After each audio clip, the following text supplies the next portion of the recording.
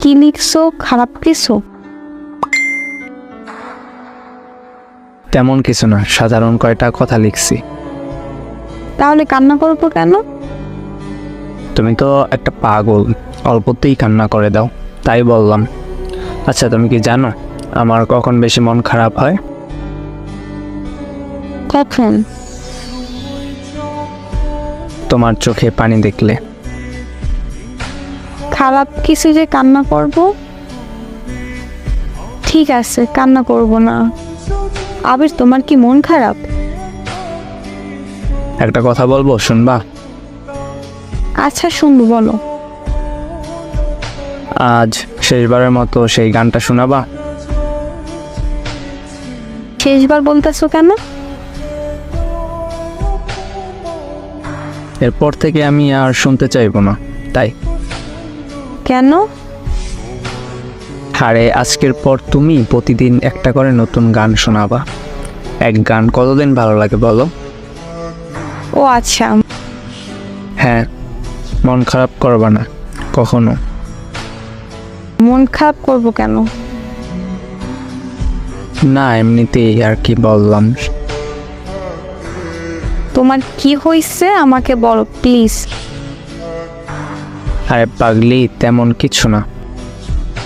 আচ্ছা শোনো, রাত অনেক হয়েছে, এবার ঘুমাও, আমারও ঘুম আসছে। আচ্ছা ঠিক আছে, তুমি ঘুমাও। শোনো, বলো। অনেক ভালোবাসি তোমাকে। আমিও তোমাকে অনেক ভালোবাসি। পরের দিন সকালে ঘুম থেকে উঠে তুবা তার বান্ধবীকে নিয়ে ছেলেটির বাসায় যায়। গিয়ে দেখে ছেলেটির বাসার সামনে অনেক লোকের ভিড়। তারপর দেখে কি যেন একটা চৌকিতে চাদর গায়ে দিয়ে শুয়ে আছে। তুবা জিজ্ঞেস করলো ওইটা কে। পাশে থেকে একজন বলল ওইটা আবির, ও আর নেই এই পৃথিবীতে। তুবা একটা চিৎকার দিয়ে জ্ঞান হারিয়ে ফেলে। কিছুক্ষণ পর জ্ঞান ফিরে তুবার, সরাসরি আবিরের রুমে চলে যায়। আবিরের কথা অনুযায়ী আবিরের রুমে একটা বক্স পায়, তার ভিতরে একটা চিঠি পায়।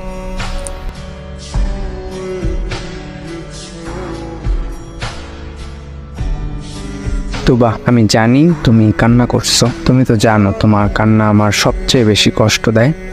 কান্না কইরো না প্লিজ।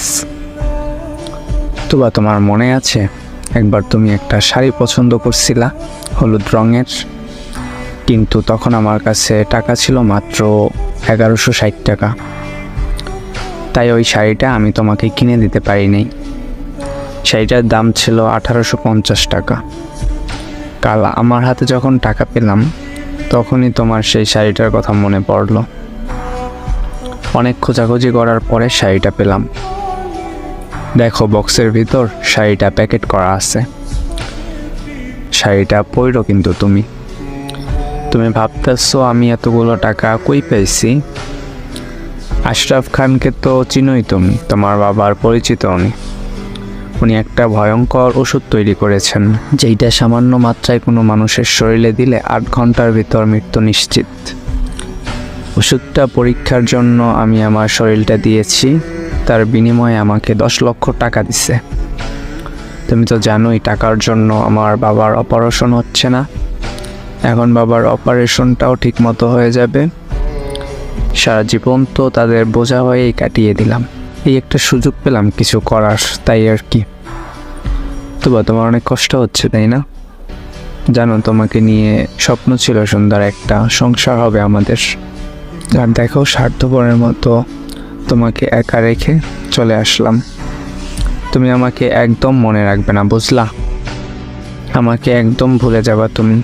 আমি তোমাকে দেখব ওই দূর আকাশ থেকে। ভালো থেকো আমার ভালোবাসা। তোমার আবির।